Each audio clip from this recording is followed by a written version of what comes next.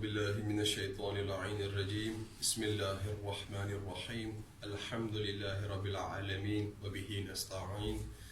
وهو خير ناصر ومعين أما بعد قال الله تبارك وتعالى في كتابه المجيد بسم الله الرحمن الرحيم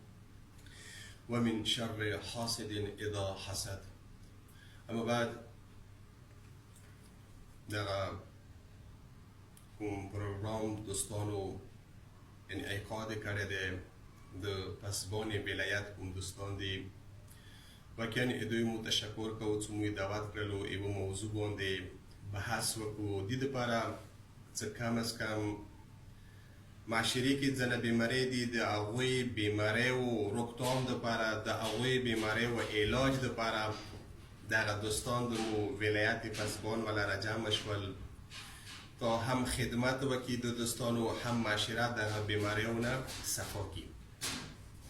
نو بنده ته هم دغه دوستانو موضوع ورکړلو ته څو منټه غواړم دغه موضوع باندې مختصر باندې کې بحث وکړم. لذا قرآن مجید هغه عظیم کتاب چې هغه کې الله رب العزت خپلو بندگانو ته لیار ښیي د هدایت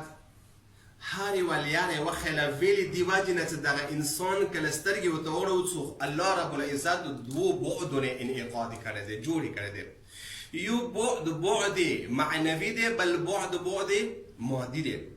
الله رب العزت دغه دوو بعدو مد نظر سره د دغه انسان هدایت دپاره لیاره ښیي چې انسان گمراهی نه بچي انسان زلالت نه بچي. هغه بیماریونه ایوا بیماری چې قرآن مجید ور باندې تاکید کوي د ائمه اطهار علیهم السلام روایتو کې ډیر تاکید ور باندې شوی دی. هغه کومه یوه بیماری ده چې انسان هغه بیماری نه کله روغتیا مې وکړلو ځان یې بچ کړلو انسان سعادت ته رسیږي. هغه بیماری حسد ده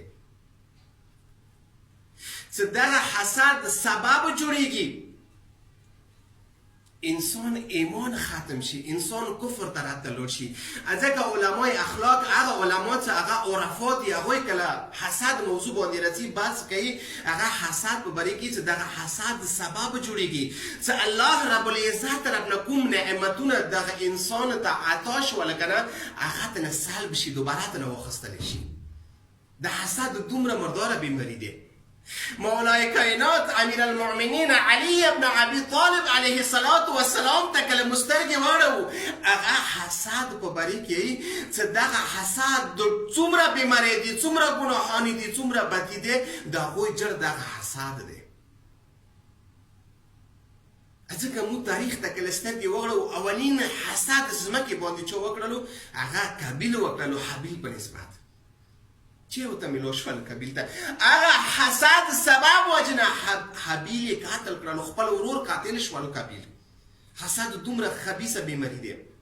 دویمې بیماری ته سترګې دویم شي ته سترګې وړو دویمې سول تاریخ نه ورته راوړو سترګې وړو حضرت یوسف علیه السلام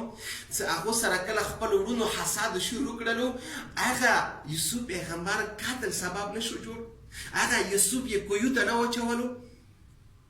ظاهر کې هغوی یوسف قتل کړلو مګر د خدای نجات سبب شولو چې یوسف بچ شي.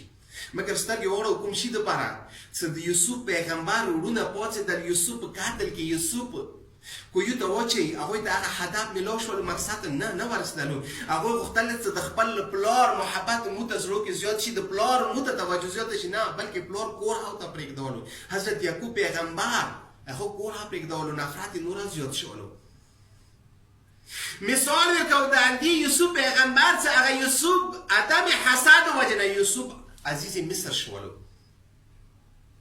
څومره لویه درجه ورته میلاو شوله هغه یوسف پیغمبر دویم مثال ورته راوړلو که نه اندی یوسف پیغمبر زندګۍ ورته راوخلو هغه یوسف پیغمبر همیشه تاسو یو حکم ورته واخلئ حکم حسد نه ډک کړي هغه ځان سره بل کس نشي لیدلی څخه دې سره مقابل کې ودرېږي مګر هغه حکیم مصر هغه یوسف پیغمبر نه کله اطاعت شروع کړلو هغه مصر ته نوبدی باندې روانو وکړل هغه کې خوشحالي راغلله کله د یوسف پیغمبر اطاعت شروع کړلو خپل حاکمیت یې آباد شولو او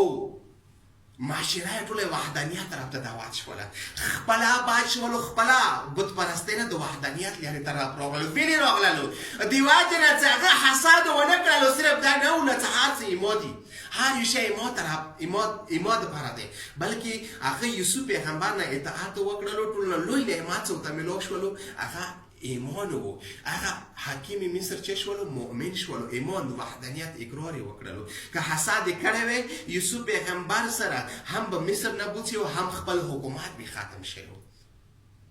تاریخ کې ډیر مثالونه دي تاسو خپل معاشري ته سترګې وغړئ حسد وجه یو ورور د بل ورور قاتل نه کوي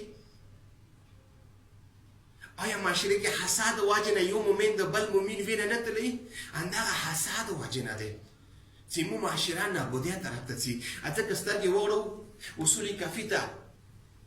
غور الله حکم ته یعنی مختلف کتابونو کې دغه بحث مطرح شوی کله یو انسان حسد طرف ته راشي کنه دغه خبيث بیماری طرف ته سترګې وړو هم معنویات باندې هغه تاثیر کوي هم هغه جسم باندې تاثیر کوي علما ذکر کوي اهل بیت او اقوال نه راخصي دي اهل بیت او حدیث نه راوچات کړی دي سترګې وړو ائمه اطهار علیهم السلام کله حسد موضوع باندې راځي هغه واضح ذکر کوي چې حسد سبب کفر جوړیږي د حسد یو انسان دی حتی ورسي چې د انسان د کافر شي دا حسد سبب جوړیږي چې د انسان ایمان ختم شي دا حسد سبب جوړیږي چې د انسان څومره نیکه دغه کړی دی هغه نیکه نابود شي ختم شي مرور زمان سره د معنویاتو باندې تاثیر دی کبه جسم طرف ته سترګې وغړو دغه انسان کوم کس حسود دی کنه حسد لري هغه وجود کې زړه کې حسد نه راځي وکس یو چهره باندې همیشه چهره غصه حالت کې وي همیشه خبر او ساوکه جنگ حالت کې وي وجود کې غصه وي هغه حسد وجنه چې زړی ورو کله حسد کې کنای بیماری حالت کې وي جسم باندې تاثیر لري هغه جسم یې بیمار وي ځکه مو خدای ته سوال وکړو پروردگار محمد و آل محمد له خاطره دغه بعد بیماری مو وجود نه بسله کی هیڅ کله خدای بیبي له خاطره بیبي زحمت له خاطره د مو وجود دغه بیماری نه پاک او شفا وګرځول کی واخر دعوانا ان الحمد لله رب العالمین ایوانو